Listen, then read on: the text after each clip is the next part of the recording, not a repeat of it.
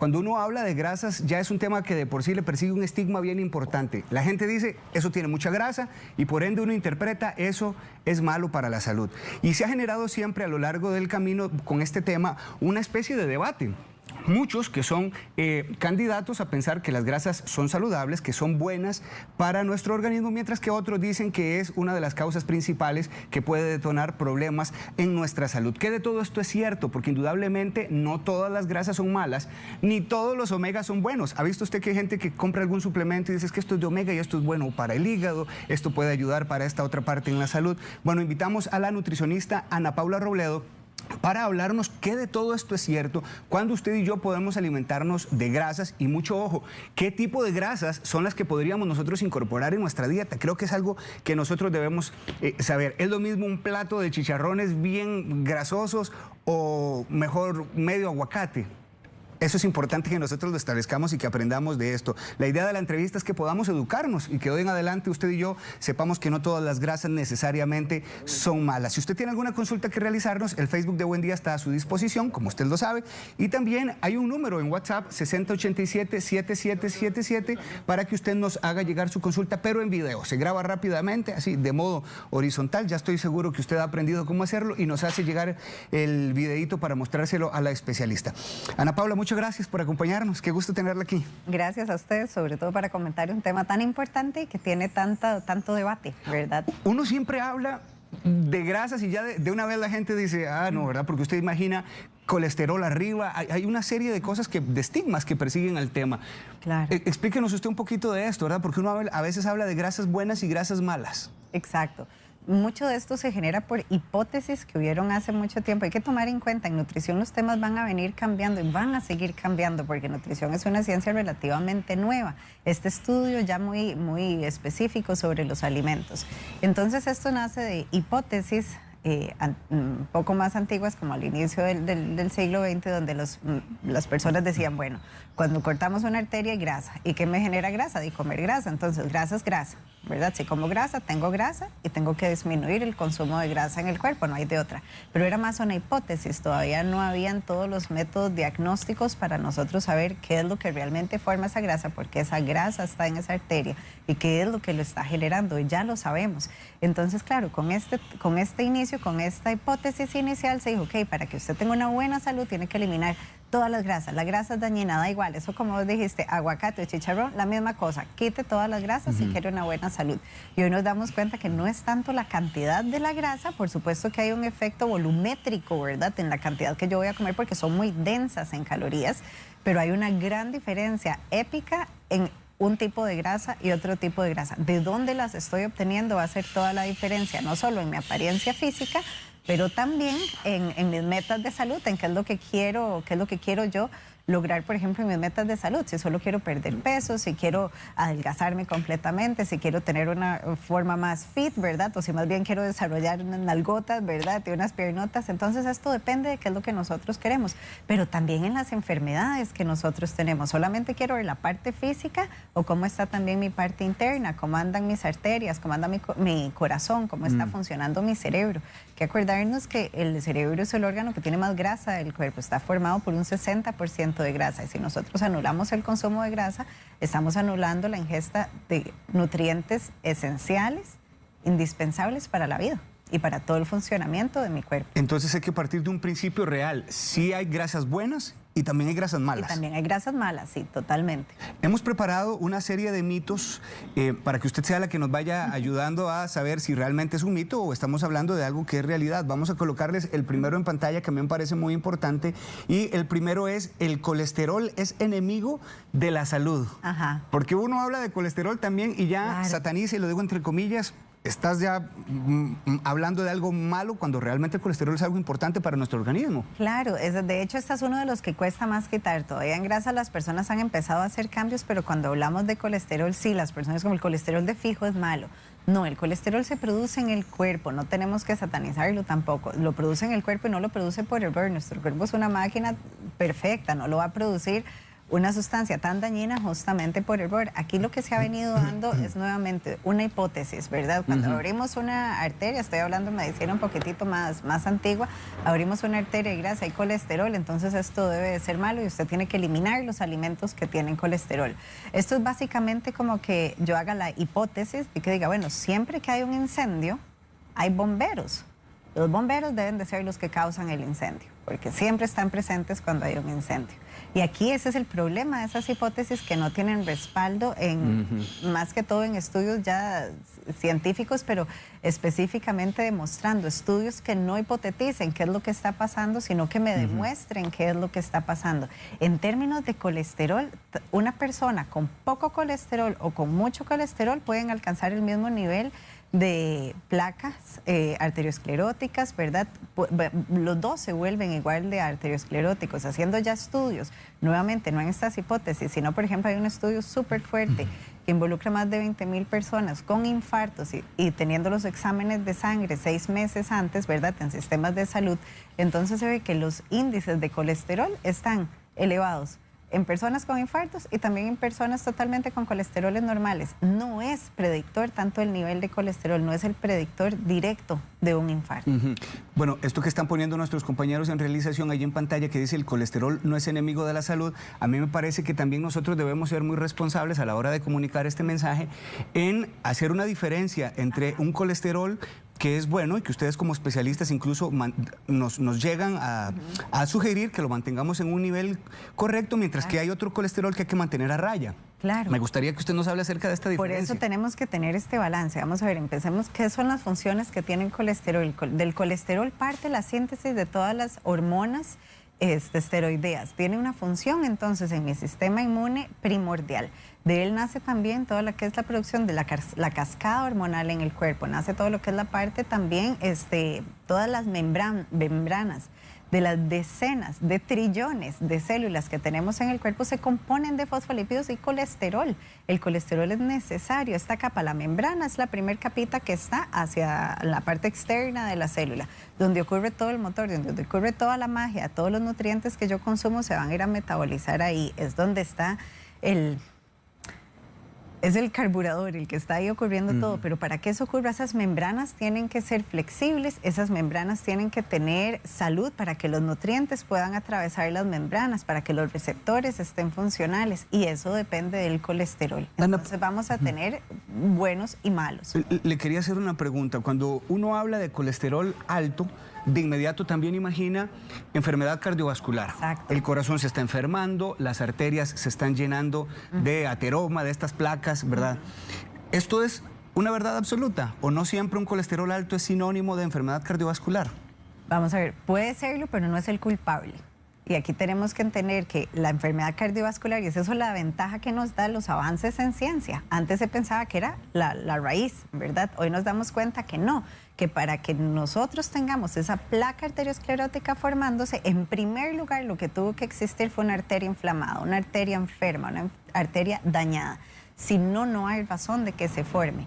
El colesterol es como la plastilina del cuerpo, va a ir a hacer un recarpeteo donde hay daño arterial, porque primero tiene que haber un daño en el endotelio de las arterias. Estas, por nuestros estilos de vida, sobre todo por consumos muy elevados de azúcares, también por estrés, ¿verdad? Por falta de sueño, todo esto hace que las arterias se endurezcan, aumenta el fibrinógeno de las arterias, que esto las hace más duras, menos flexibles, las hace un poco más pegajosas. Entonces, claro, todo el colesterol, ¿verdad?, va directo a salir del cuerpo porque tiene que ir a suavizar esas arterias. Es más que todo como una plastilina lo que está formando. Entonces, el problema no es el colesterol, el problema es la inflamación inicial que arranca en la arteria, que estimula que el cuerpo produzca mayor cantidad de colesterol y lo vaya a cubrir justamente para evitar que se atore algo, que algo vaya a generar un infarto, un ataque. Uno ha escuchado, ¿verdad?, siempre esto de que colesterol bueno y colesterol malo. Así todos lo entendemos, todos, creo que de esa forma.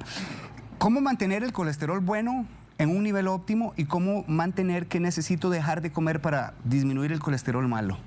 El colesterol, entonces vamos a ver, y aquí nos empezamos a involucrar en los diferentes tipos de grasa, que siempre vamos hoy a hablar específicamente de estos mitos, pero esto va mucho más allá también de los alimentos, va de la respuesta mía al estrés, va de mis estilos, mis hábitos, ¿verdad? Todo lo que yo haga. Pero aquí vamos a tener diferencias en grasas. Nosotros todas las grasas, ¿verdad? Como tal, las vamos a clasificar en grasas saturadas, hay grasas insaturadas y también hay grasas trans. Las grasas saturadas, químicamente, todo su complejo, sus enlaces están totalmente ocupados, por eso se les llama saturados. Hay enlaces que van a ser dobles y eso las hace llamarse insaturadas. Básicamente lo que eso me va a diferenciar es que una grasa saturada, cuando yo la veo a simple vista en una temperatura, tal vez como un clima como el de nosotros acá en San José, van a ser grasas sólidas a temperatura ambiente. Y los que son insaturados. Tradúzcame eso para yo entenderlo con claridad. Por ejemplo, el aceite de coco, si usted lo pone aquí en San José, va a ponerse durito, ¿verdad? En un clima un poquito más frío, estamos hablando de unos 20, 25 grados, va a ponerse duro. O por ejemplo la mantequilla, o por ejemplo la grasa de res, por ejemplo, de algún corte de carne. Van a ser sólidos a temperatura ambiente. Los insaturados tienden a ser más líquidos, por ejemplo, todos los aceites, ¿verdad? Aceite de canola, de soya, todos estos que se utilizan en cocina, que aquí vamos a ver una gran diferencia de por qué hay unos mejores y otros peores y qué es lo que esto ocurre en el cuerpo. Y tenemos otro grado, que es el grado industrial, que son las grasas trans. Hablo industrial porque realmente en la naturaleza también se produce, en el estómago de los rumiantes por bacterias también se producen este tipo de grasas, pero en cantidades muy ínfimas y se ha visto que no tienen afección en el cuerpo. A nivel industrial, lo que se hace es convertir un enlace que es insaturado, como uno de estos aceites, y se cambia uno de estos enlaces, una conversión, la disposición que tiene el enlace para hacerlo más saturado. Entonces hace grasas que se sostienen más en el tiempo, es decir, tienen una mayor caducidad, son más ricas para trabajar en todo sentido porque van a tener mayor dureza. Aquí vamos a hablar de todas las margarinas, de todas estas grasas, crema chantilly, todo este montón de grasas y algunos de estos aceites que son ligeramente parcialmente hidrogenados, pero va a estar en todos los alimentos procesados que yo tengo, que se ven súper lindos, estos quequitos que pueden durar un montón de tiempo, igual se van a mantener suaves, frescos, ricos, húmedos, ¿verdad? Esa es la maravilla en la tecnología de alimentos. Son grasas trans. Pero las grasas trans sí elevan un montón el colesterol en el cuerpo porque hacen mucho daño en las arterias. Elevan el colesterol, pero en un mal sentido, porque me elevan mucho el colesterol LDL y disminuye el HDL. Ahora creo que sí nos estamos acercando a que todos podamos entender en casa, porque no somos nutricionistas, claro, y aterrizar el tema en que ya aprendimos que hay grasas saturadas, grasas insaturadas y grasas trans. Eso ya lo aprendimos todos. Ahora enséñenos usted cuál es el tipo de grasa que debemos incorporar en nuestra dieta. Por ejemplo, un plato de chicharrones, que con lo que la mayoría de nosotros podemos tener cierta proximidad, estamos hablando de grasas saturadas, insaturadas o trans. Estamos hablando de grasas saturadas en un proceso poco deseado, que es fritura a alta temperatura.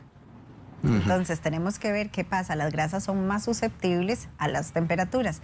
Las grasas saturadas son las que más van a tolerar la temperatura porque como los enlaces están bien unidos tienen menor volatilidad y eso las hace más sostenibles. Entonces en realidad las carnes podrían ser cocidas así, pero es mucho mejor cuando nosotros utilizamos cocimientos lentos, ¿verdad? Por ejemplo, poner una carne a mechar en una olla de cocimiento lento y todo este tipo de grasas no van a ser tan dañinas, digamos, como tener los chicharrones. Más que todo es por el tema de la fritura profunda, ¿verdad?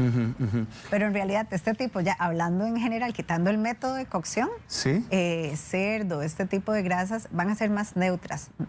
A nivel de salud no hacen daño, tampoco generan un mayor beneficio, sobre todo hablando muy específicamente del cerdo, va a ser más neutro. Las trans sí hacen un daño tremendo, aumentan montones el riesgo cardiovascular y el riesgo por diabetes. Pero estoy hablando de que más un 2% de incremento en grasas trans en la dieta me aumenta más de un 24% el riesgo de diabetes. ¿En dónde en nuestra dieta encontramos grasas trans? En el día a día.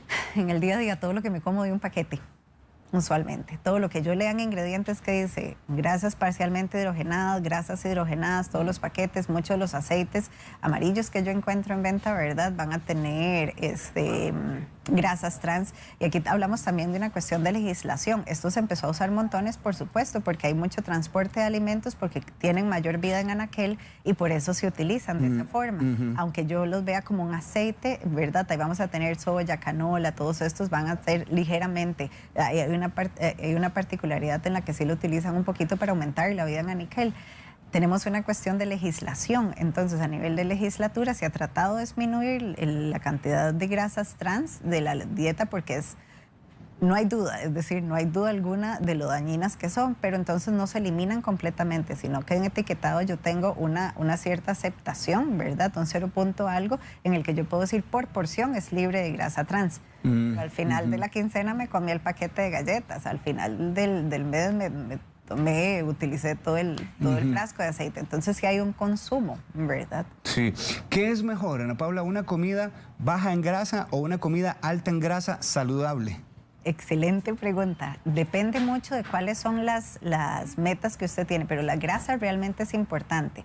Lo que hay que tener aquí es en cuenta, yo puedo tener una comida baja en grasas muy saludable, ¿verdad? Una ensalada, arroz y frijoles usualmente van a ser muy bajos en grasas. Si estamos hablando meramente como de productos, nosotros no queremos tanto sustitutos de grasa, porque la grasa es realmente la que me genera saciedad y la grasa es la que transporta los aromas, los sabores de la comida. Cuando yo tengo un producto light y le quito la grasa completamente, me tengo que apoyar en un montón de azúcar, en fibras, pero no las fibras que más uno quiere, sino en muchas gomas para poder dar esta textura suave, para poder dar la misma sensación que me va a generar la grasa. Si yo pongo un poquito de grasa y ojalá grasas saludables, entonces estas me van a dar mayor saciedad, mi cuerpo está mejor nutrido, mis células están mejor, entonces va a ser muy antienvejecimiento realmente, porque ayuda muchísimo a luchar contra los radicales libres en el cuerpo, sobre todo cuando son grasas tan saludables que además tienen omegas, que eso nos va a llevar a otro tema. Pero también hay que tener cuidado porque tenemos muchas tendencias y nosotros en esta búsqueda de perder peso y de lograr el cuerpo, no el cuerpo ideal, sino el ideal que además esté de moda en el momento en que me toca vivir o en el momento en el que tengo cierto tiempo de vida, es decir, 20 años, 30 años, adolescencia, que son donde más fuerte pegan todo este tipo de dietas. Entonces yo puedo decir, bueno, ahora está de moda consumir montones de grasa, ¿verdad? Porque ya dijimos que las grasas sí son saludables. Entonces yo me voy a ir todos los días al súper y voy a cambiar mi snack de papitas fritas y lo voy a cambiar por un snack de semillas. Va a ser muy bueno para su salud, en realidad, hacer ese cambio, pero eso no le va a ayudar mucho tampoco a disminuir metas de pérdida de peso por una cuestión volumétrica, ¿verdad? Porque también son muy densas en calorías. Entonces nosotros tenemos que ver aunado a qué me la estoy comiendo y qué cantidad me estoy comiendo. Tengo que resguardar un poco la porción y sobre todo cuando estas van muy asociadas con carbohidratos, grasas y carbohidratos juntos, me va a estimular el aumento de peso. Hay otro mito que a mí me llama mucho la atención y lo leo textual para que todos lo consideremos. Si soy delgado, soy saludable y puedo comer grandes cantidades de grasa. Mito. Es un mito totalmente. Es decir, esto no es cierto. Totalmente, no es cierto, porque ahí es donde nosotros podemos ver, y es mucho de lo que está pasando. Hay una grasa dañina para el cuerpo, metabólicamente dañina. Y es donde vemos chicos, chicas, flacos, con el que nosotros le llamamos el muffin top, ¿verdad? Que es los bollitos a los lados, ¿verdad? Esa pancita, ¿verdad? Es delgada, es una persona que usted ve delgada con una gran cantidad de celulitis, con rollitos y la persona dice, bueno, estoy delgada, pero ¿verdad? Me lo puedo permitir porque soy delgada, pero soy un delgado metabólicamente enfermo. Entonces tengo que adecuar de dónde provienen mis grasas, porque sí, las personas que naturalmente tienen metabólicamente no tienden a engordar mucho, caen entonces en la falsa de que yo puedo comer toda la cantidad de frituras y empanadas y papitas y tacos y todo, porque soy delgado, entonces me lo puedo comer. Va mucho más allá, no se trata solo de tu apariencia, sino cómo está por dentro toda la parte cardíaca. Igual se infarta una persona delgada y una persona obesa, porque el daño arteriosclerótico no discrimina entre obeso y delgado. Importante. Otro mito, comer sin grasa garantiza una buena salud. Todo lo contrario, si hay algo que le puede dar daño al cuerpo es evitar completamente las grasas. Estos tramos que todavía yo encuentro en la consulta muy arraigados, todavía yo me encuentro personas que no consumen absolutamente nada de grasa al día, ¿verdad? Sobre todo personas un poco más mayores que vienen con todo este bagaje, ¿verdad? Que se hablaba antes de que hay que quitar las grasas. Es muy dañino porque entonces no tengo función en las membranas y son personas que van a estar con fatiga crónica, depresión por todo, ¿verdad? O sea, como uno de los síntomas, ¿verdad? Fuertes, porque mis células no están funcionando bien. Mi cerebro tampoco va a tener los elementos esenciales para funcionar.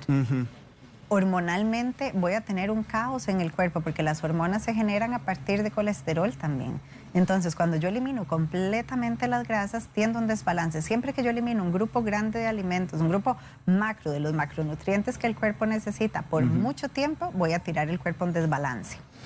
Otro mito, el aceite de oliva se debe usar en frío. Ok, sí, este es otro que antes se hablaba justamente porque las grasas insaturadas usualmente tienen puntos de fusión, un punto de humo más bajo, entonces estas iban a quemarse más rápido y estos se oxidan. Y aquí hay una aclaración, el aceite de oliva puede ser excelente, es excelente para la salud, pero un aceite de oliva quemado más bien me va a generar un daño porque se va a oxidar muy rápido. Los aceites, todas las grasas hay que chinearlas, hay que cuidarlas mucho porque se oxidan, se queman muy rápido. En el momento en que eso ocurre, se convierten más bien en un maligno, se convierte en el villano de la historia en el segundo que ocurre. Entonces, esto antes se pensaba, pero en realidad el aceite de oliva tiene un punto de fusión más alto que se puede utilizar para temperatura, se puede utilizar para cocinar. Sin embargo, aquí yo les voy a decir una recomendación también propia.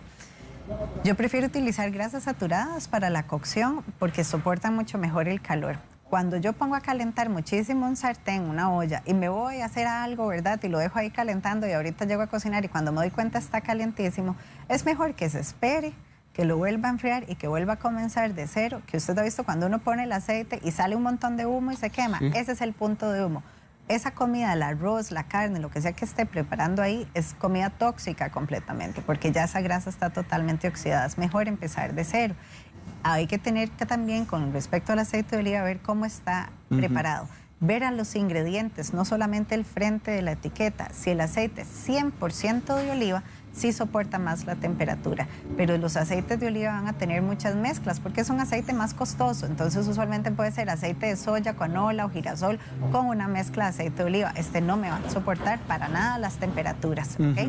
Entonces tengo que ver leer bien las etiquetas y ya como lo último, yo siempre recomiendo en el aceite de oliva, como son aceites, son muy aromáticos, son muy exquisitos, pagar un poquitito más por un aceite que sea prensado en frío, justamente para evitar que haya algún tipo de oxidación. Si yo estoy pagando por un aceite de oliva extra virgen, prensado en frío, no es para llegar a quemarlo en la casa tampoco, ¿verdad? O a cocinarlo. Entonces yo prefiero agregarlo, como hacer tal vez cocciones más en agua y tal vez agregar una cucharadita al final para guardar las propiedades que tenga y también utilizarlo también en ensaladas. Otros tipos de fuentes. Y para cocinar me gusta más el aceite de aguacate, tiene un punto de humo más alto, el aceite de coco también, el aceite de semilla de uva tiene un punto de fusiones más alto, todos estos me van a soportar mejor. Que ahora lo ha escuchado uno más comúnmente, esto del aceite de aguacate, de hecho lo vi en spray en el supermercado también. Sí, ahora estamos teniendo más acceso a todos estos, ¿verdad? Que antes no se producían y ahora los estamos haciendo, entonces la producción iba más por estas semillas chiquitas, ¿verdad? Girasol y todos estos, pero son muy insaturados, más todo lo contrario, el aceite de girasol, soya, canola son los que menos toleran el calor. Inclusive mucho de lo que uno encuentra en anaquel ya va a estar oxidado también, porque lo toleran muy poquito. Ana Paula, hay muchas consultas que nos están haciendo los televidentes. Por ejemplo, Diana Mora dice que ella tiene un problema con el colesterol. Bueno, en general está muy bajo y el malo en rangos normales, pero siempre que ella come grasas tiende a darle un poco de diarrea. ¿Cuál es su recomendación en este caso? Pregunta ella. Excelente. El colesterol que llamamos bueno, que en realidad esto es otra de las cosas que queremos ir desvaneciendo, el llamar el LDL malo o el HDL bueno, porque no es ni uno 100% bueno ni el otro es indicador de que sea 100% malo. Pero en general el HDL lo vamos a elevar muchísimo con ejercicio, con un buen sueño, ¿verdad? El ejercicio es peculiarmente lo que más lo va a elevar. En deportistas podemos ver HDL de 60, de 70 y es justamente porque hacen muchísimo ejercicio por buenos hábitos y es así como lo vamos a subir. Si siempre las grasas le dan diarrea, estamos hablando más en un problema probablemente de bilis, porque la bilis es la que emulsifica las grasas para poder absorberlas. Si el cuerpo no las está pudiendo absorber, puede que tenga un problema más a nivel de enzimas y a a nivel biliar. Ocupa quizás un soporte biliar en su cuerpo para poder absorberlas si es necesario. Porque si inmediatamente consume algo con grasa, tiene diarreas, quiere decir que el cuerpo no solo no los está absorbiendo, sino ninguno de los esenciales, vitamina A, D, E, K, omega 6, omega 3, no los está absorbiendo y son esenciales, el cuerpo no los produce. En el caso de Dani Villegas, dice que ella es operada de piedras en la vesícula y se sabe que este órgano es uno de los encargados para procesar las grasas, nos escribe ella. Ella se alimenta bien, evita las grasas, practica ejercicio y aún así el colesterol siempre se encuentra alto. Por este motivo, ella tiene que comer alimentos, más bien por esta razón, comer alimentos con grasa le causa muchísimo temor, porque ella tuvo piedras en la vesícula y fue operada de esto. ¿Usted tiene alguna recomendación para ella? Sí, cuando uno tiene una operación en la vesícula necesita un reemplazo, porque no va a tener suficiente cantidad de sales biliares para poder emulsificar las grasas de la dieta. Entonces eso per se va a desencadenar problemas en la salud de la persona. Después de tener una cirugía por vesícula, las personas tienen múltiples resultados. Hay personas que quedan con diarreas perennes, hay personas que se sienten perfectamente bien. Entonces hay que evaluarlo porque tenemos que ver qué tanto está absorbiendo de nutrientes. No les debería de tener miedo, pero si ella siente que tiende a aumentar, habría que evaluar otros aspectos. Yo puedo hacer ejercicio, yo puedo tener eso, pero ¿cómo es mi percepción al estrés? Es que el estrés va a ser uno de los primordiales efectos que va a aumentar también el colesterol, una tiroides en mujeres, ya que es una mujer que está preguntando, usualmente el colesterol, este llamado colesterol malo LDL, va a estar más aumentado cuando la persona tiene una disfunción tiroidea, porque cuando tengo mi tiroides, que es mi acelerador del cuerpo, cuando yo tengo el acelerador apagado, voy a tener todo también apagado y el hígado pierde su capacidad de aclarar el LDL y se empieza a acumular en mayor cantidad. El estrés es el que genera también mayor cantidad de LDL, porque cuando yo me estreso, hago esta dinámica en las arterias y entonces el cuerpo se ve en una mayor necesidad de producirlo. Hablemos un poquito acerca de los omega, que como yo había iniciado la entrevista, ¿verdad? La gente siempre piensa es omega, es bueno, y de una vez hay que suplementarnos con todo lo que tenga que ver con omega, y la verdad es que, a decir verdad, la mayoría de nosotros de repente no conoce a ciencia cierta lo que son los omegas. ¿Qué son? ¿Nosotros los producimos? Nosotros no lo producimos y por eso es tan importante poderlos consumir. Cuando nosotros escuchamos la palabra esencial en algún nutriente, quiere decir que mi cuerpo no tiene la capacidad de producirlo y por ende tengo que consumirlo diario o semanalmente, porque tampoco los voy a poder, no tengo una alacena debajo del cachete donde el cuerpo pueda decir, cierto, ocupo un poco de omega, voy a ir a tomarlo. Si no lo consumo, no lo produzco y tiene muchos efectos secundarios en el cuerpo. Los omegas, específicamente los omega 3, son excelentes desinflamatorios. Entonces, en estilos de vida como los que estamos viviendo hoy, ¿verdad? Hoy en día, son excelentes. En lugar de tomarme mi ibuprofeno, puedo tomar una mayor cantidad de omegas. Son excelentes disminuyendo la inflamación arterial, disminuyendo todos estos tipos de, inclusive dolores y todos, porque van a estar muy asociados a procesos inflamatorios en el cuerpo. La inflamación es lo que va a estar arrancando la raíz de muchas enfermedades en el cuerpo. Entonces nosotros los vamos a consumir. También tenemos omega 6. Los omega 6 son proinflamatorios, pero también son esenciales. El problema que tenemos con los omega 6 es que se nos ha salido el radio en el que nosotros deberíamos de consumirlos. Idóneamente yo debería consumirlos 1 a 1 o más omega, o por el estilo de vida que tengo, 3 veces más omega 3 que omega 6. Ya. Pero lo que nosotros comemos en el día a día, los aceites con los que cocinamos, el tipo de alimentos empacados, todo lo que yo me como que tiene un código de barras, ¿verdad? Todo lo que yo abro un paquetito para comerme va a estar usualmente elaborado con aceites altos en omega 6. Estos son proinflamatorios, que son esenciales. Proinflamatorios. Son proinflamatorios. O sea, nos inflaman. Sí, pero el cuerpo también necesita de eso. El problema es cuando lo sacamos de balance. Entonces ahorita estamos viendo radios de 0, 1 de omega 3 hasta por 600 de omega 6. Entonces el cuerpo está en un estado totalmente proinflamatorio. Estas grasas son más sensibles al calor, los omega 6. Entonces con mucho más razón, estas son grasas que no quiero calentar. Por ejemplo, ahí hablamos que la vez pasada conversamos de la linaza, conversamos de las semillas de girasol, ¿verdad? Estos van a tener mayor cantidad de los omega 6. Ana Paula, uno escucha que omega 3, bueno, lo que usted nos está explicando, quiero saber qué tan recomendable es que nos suplementemos, porque uno va a una macrobiótica y encuentra mucha suplementación que dice omega 3.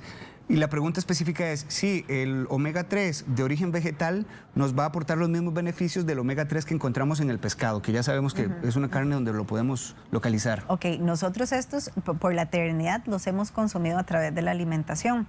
Los omega 3, sobre todo los EPA y DHA, van a venir de fuentes, por ejemplo, de todos los pescados, tu aceite de pescado, salmón, atún. En especial yo recomiendo montones las sardinas porque vamos a querer pececitos más chiquititos. ¿Por qué? Porque estos peces que son más altos en grasa también son bioacumuladores de metales pesados. Nuestros océanos están bastante contaminados. Entonces esto va a acarrear mayor cantidad de metales pesados, de mercurio en ellos, en peces muy grandes, atunes, peces muy grandes. Entonces yo recomiendo lo más barato y lo más alto en omega 3 que tenemos en la dieta son las sardinas. Si yo consumo sardinas 2-3 veces a la semana, tengo un beneficio a nivel arterial insuperable. Ahora, la gente no las consume. No es tan común. No es común, ni tan siquiera el consumo de pescados es tan común en nosotros. Y nosotros, por el origen donde nosotros estamos, pues los pescados no tienen tanta cantidad porque el pescado blanco en general es muy bajo en grasa, entonces no va a tener una mayor cantidad. Ahí es donde entonces la suplementación es importante. Y nuevamente tenemos que pensar en mi estilo de vida. A veces los suplementos siempre van a ser suplementos, lo ideal es tenerlos de la alimentación, pero si no lo estamos consiguiendo, ahí es donde entran en un rol importante. Sin embargo, puedo decir que a mí me da a veces un poco de coraje ir a tiendas, ¿verdad? Supermercados, tiendas macrobióticas y ver estos suplementos de omega 3 donde puedo tener 500, 100 pastillas en 10,000 colones. Los omega 3 no son baratos y sacarlos, extraerlos de una forma segura para la salud no es un proceso económico. Entonces son tan populares y en general son tan buenos que cualquier persona lo podría consumir porque es casi como los antioxidantes, no le va a hacer daño a cualquier persona, lo que le va a hacer daño es un mal suplemento y de esos tenemos muchos, estamos abarrotados de suplementos de baja calidad, entonces ahí es donde sí vamos a tener un problema, porque estos ácidos grasos son muy sensibles a la temperatura y cuando salen muchas veces vienen combinados y es más aceite de soya que el mismo omega 3. O van a estar rancios. Aquí yo los invito a cuando compran uno de estos pastillitas, pueden con un alfiler hacerle un huequito a la primera capsulita y olerlo. Si huele muy fuerte a pescado, si huele rancio, ya ese suplemento le va a hacer daño. No se lo consuma. Lo que haya pagado es mejor que lo bote, porque no le va a hacer ningún beneficio, ya está completamente oxidado. Es normal que tenga un aroma ligero, muchas veces se les añade inclusive vainilla o se les añade limón o algún otro tipo como de aromatizante para disminuir inclusive un poco el sabor. Me doy cuenta cuando yo lo consumo, digamos, si voy a estar como devolviendo, ¿verdad? Como eruptando mucho el aceite. Yo aconsejo siempre llegar a la casa y guardarlos en el refrigerador y sobre todo pagar por empresas que me hagan testeos, ¿verdad? Muchas empresas serias van a hacer testeos por laboratorios terceros que no son juez y parte, sino que los pagan hacia otro laboratorio, que tengan buenas prácticas de manufactura, que tengan ojalá HACCP, cuestiones así, ¿verdad? Que me vayan a garantizar y que sean extraídos en frío y ojalá de pescados pequeños. Ana Paula, tengo muchas preguntas, así que vamos sí, y gracias a toda la gente que nos las está haciendo llegar. Por ejemplo, doña Silvia Villafuerte dice que el esposo tiene colesterol alto y triglicéridos bastante elevados. Además tiene hígado graso y el hígado un poco grande.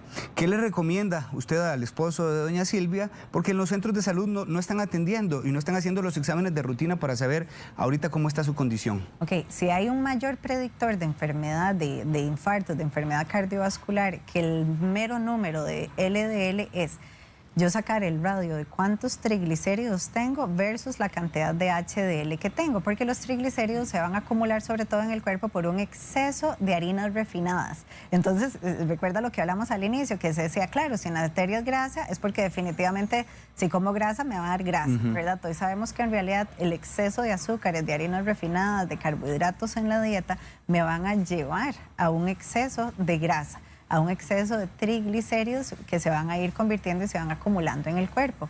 Entonces, si yo tengo, por decir, triglicéridos 240 y mi HDL es muy bajo, decir un 40, esto me va a dar más o menos un rango de 6, una calificación, y tenemos un riesgo cardíaco muy elevado, ¿verdad? Si por el contrario mis triglicéridos andan como en 100, pero mi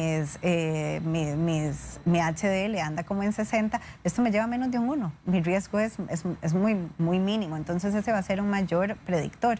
definitivamente tiene que reducir el consumo de carbohidratos en la dieta, pero hablamos de los carbohidratos, de todos estos procesados, de harinas refinadas, de azúcares, ¿verdad? De grasas trans. De grasas trans completamente, porque todos van en un combo además, ¿verdad? O sea, donde tengo uno, tengo el otro, claro. Casi que por defecto van a venir juntas, ¿verdad? Mi margarina con mi harina y ahí tengo un montón de variedad de pasteles, croissants, muffins, queques y toda la nomenclatura que hay al respecto de la repostería y panadería para hacernos sentir que comemos alimentos muy variados, pero siempre van a ser los mismos ingredientes. Verónica Rivas quiere saber si cocinar, usted lo explicaba, pero que nos quede bien claro a todos aquí en la entrevista, si cocinar con aceite de oliva es malo. No es malo cocinar en altas temperaturas. Y hay aceites que van a ser mucho más recomendables. Entonces, esto es un tema de gusto, digamos, de que las personas tal vez pueden decir, a mí el que más me gusta es el aceite de oliva, está bien, pero úselo en temperaturas bajas, no el disco en rojo, no en full, es decir, ¿verdad? que el sartén está ya apenas, usted le pone el aceite, será eso no. Ya oxidó el aceite de oliva. Eso ya lo oxidó, exactamente. O sea, ya eso es muy fuerte para él. Queremos temperaturas medias, ¿verdad? Por ejemplo, para la cocción de un picadillo, de un arroz, donde yo tengo un medio y estoy como remojando un poquito. Y también yo estimulo mucho el ponerlos al puro final. Por ejemplo, si yo voy a hacer unos espárragos, unos brócolis, hervirlos un poquito en agua, hacer cocciones más que todo en agua, por ejemplo unas vainiquitas con chile dulce, cocinarlas en agua, en poquitos de agua para que los nutrientes vayan quedando ahí, no escurrirla porque ahí pierdo los nutrientes, sino que se vayan haciendo como a un vapor, pero en realidad están dentro de la misma olla y cuando se seca apago y añado el poquito de aceite y ahí no solo voy a conservar, asegurarme que de fijo estoy conservando las propiedades, sino que además me va a saber mucho más rico porque no va a perder sus aromas. De hecho, con respecto a este tema de los aceites, Marilyn Cotto dice, bueno, ¿cuál es el aceite que usted recomienda más para cocinar? Y ella plantea dos que ha escuchado, le parecen muy buenos, ¿el de coco o el de maíz? El de maíz no, definitivamente, porque estos van a ser de los insaturados que van a quemarse más rápido, ¿verdad? Okay. Entonces ahí el de coco, pero no a todo el mundo le gusta porque va a aportar un sabor más dulcete, ¿verdad? El de aguacate también tiene un sabor bastante fuerte. El de semilla de uva es bastante bueno para cocinar y se no aporta un sabor tan fuerte. Entonces ese podría ser una buena opción. ¿Se encuentra con facilidad el aceite de semilla de uva? Es que no podemos hablar de lugares, ¿verdad? No podemos hablar de lugares, pero me llama mucho la atención porque sí, hasta ahorita estoy escuchando. Yo lo he visto en muchos supermercados, en realidad, el utilizarlos también, los que más van a aguantar también temperaturas, mantequilla, por ejemplo, va a aguantarme también mucha temperatura, que hablamos de grasas saturadas y volvemos, y esto sí lo digo fuerte y claro, ¿verdad? Hay un tema de cantidad. Es más saludable cocinar con mantequilla en pequeñas cantidades que usar, ¿verdad? O sea, tenemos que, no es como que ahora la nutricionista dijo que es bueno cocinar con mantequilla y van las barras, ¿verdad? Pero se va a sostener mejor en temperaturas altas. Me refiero cuando quiero dorar una carne en la parrilla, ¿verdad? En un sartén, poner un buen trozo de carne, una cuestión así, entonces ahí me va a ayudar más grasas más saturadas como estas. Y aquí es todavía mejor, que me va a alcanzar puntos que para mí es la predilecta. Se llama mantequilla clarificada. Esto viene de la culinaria francesa, que es aclarar la mantequilla. Se le quitan los sólidos lácteos que tiene para que quede solamente la grasa de la mantequilla. También la podemos encontrar en supermercados como Ghee, G-H-E-E. Esta va a ser esta tolera temperaturas realmente altas. Cuando quiero como en un wok saltear vegetales así bien alto, esta va a ser la predilecta. En el dado caso que no tengamos el de semilla de uva que usted nos estaba explicando, bueno, es sencillo ahora encontrar el de aceite de coco, el de aguacate que usted nos estaba explicando. ¿Cuál de todos estos nos recomienda usted a la hora de ya emplearlo para cocinar en el día a día? Es que puede ser una mezcla. Yo utilizo una mezcla porque depende de lo que quiera cocinar y depende de los sabores. Yo utilizo mucho el de olivo, estos tres son típicos que están en mi casa. Y también el aceite de palma, por ejemplo, es un aceite saturado que va a sostener mejor la temperatura, que también fue muy criticado, ¿verdad? Y entonces empezaron a salir más otro tipo de aceites que no eran saturados, pero que para cocinar no son buenos. Si yo tengo un aceite de girasol, por ejemplo, es muy bueno para hacer un aderezo, porque no va a aportar un sabor tan fuerte y puedo hacer un aderezo con el que no tiene temperatura alta. Me pregunta Luis, nos pregunta, de hecho, algo que me parece muy interesante, Luis Sanabria, ¿qué ocurre con los quesos? ¿Qué tipo de grasas son? Grasas saturadas, ahí es donde me van a dar los quesos cargados en grasa, lácteos cargados en grasa, ¿verdad? Que no se les haya cortado la grasa, lo que me van a aportar sobre todo es grasa saturada. Idealmente, ¿verdad? Entre más naturales, ¿verdad? Menos procesados van a ser mejor captados para el cuerpo. Ana Paula, a mí me gustaría como que cerráramos la entrevista con que usted nos ejemplifique un día de una comida saludable con grasas, así. Okay. ¿Qué le incluimos al plato? Ok, por ejemplo, en nuestro típico desayuno que podemos incluir unos huevitos, por ejemplo. Estos huevitos no solos, pongámosles vegetales también. Entonces yo me puedo hacer unos huevitos con cebolla, con chile dulce, con brócoli, con cebollinos y le pongo huevitos. Ahí tengo una grasa saturada, tengo una gran gama de vitaminas también A, D, E, K, que son tan buenas para el cuerpo, que la vitamina K de hecho me va a ayudar a disminuir la formación de la placa arteriosclerótica en el cuerpo, ¿verdad? Que el calcio se acumule y que haga una placa. Puedo hacerme una avena con linaza molida, por ejemplo, que me va a dar también mucha cantidad de omegas, con semillas de chía, como lo vimos, como un pudín con leche de coco y chía, me va a dar 2 tipos de omegas, tanto los 6 como los 3, ¿verdad? Puedo tener un almuerzo donde tengo una ensalada con un pollito, con un medio aguacate, por ejemplo. Puedo ponerle vegetales, brócoli, bastante cebolla, le puedo poner chile dulce. O sea, esto no se trata siempre, los que siempre se nos olvida aquí, nos enfocamos mucho en grasas, proteínas, carbohidratos, pero los vegetales son el grueso de la alimentación, la mitad del plato, ¿verdad? En la noche, por ejemplo, me puedo hacer una cremita de ayote, ¿verdad? Y le puedo poner un poquito de leche entera para hacer esa crema de ayote. Le puedo poner un poquito de mantequilla con una cremita de espinacas, con una cucharadita de mantequilla, con un poquito de leche y hacer una crema de espinacas con brócoli. Ahí también voy a tener entonces esas grasas saturadas. Y voy a tener una combinación de grasas monoinsaturadas, poliinsaturadas, omega 3, omega 6, vitaminas liposolubles, todas necesarias para la función de las células. Si ya esa cremita de ayote le acerco un poquito de una tacita de arroz, ya ahí me equivoqué un poco. En la cantidad, digamos, si tiene un poquito, unas cucharaditas, no me va a dar ningún problema. Ojalá si es arroz integral, porque el arroz integral, al tener su cascarita, también va a tener aceites esenciales en esa cáscara. La naturaleza me lo provee todo. El problema es cuando yo empiezo a quitar y a quitar. Si es un arroz integral, no pasa absolutamente nada. Ana Paula, muchas gracias. Muchas gracias. Una entrevista muy interesante y teníamos el desafío de entenderla. Del tiempo, sí, y del es tiempo, un ¿verdad? complejo, ciertamente, Sí. porque involucra muchas aristas y sobre todo los procesos metabólicos dentro del cuerpo donde todo cambia. Sí, muchísimas gracias. Ana Paula Robledo es nutricionista. Le va a aparecer en pantalla números de teléfono para que usted la contacte, 2522-1000. Y también hay otro número, extensión 6030 o 6031. Y en Instagram usted puede encontrar desde ahorita, para que siga a Ana Paula Robledo _health coach. Cierto, ¿verdad, Ana Paula? Así es. Listo. Muchísimas gracias. Encantada Gracias por este tema. A usted, recuerde que puede repasarlo en Facebook dentro de un ratito, toda la entrevista que nos vino a dar la especialista.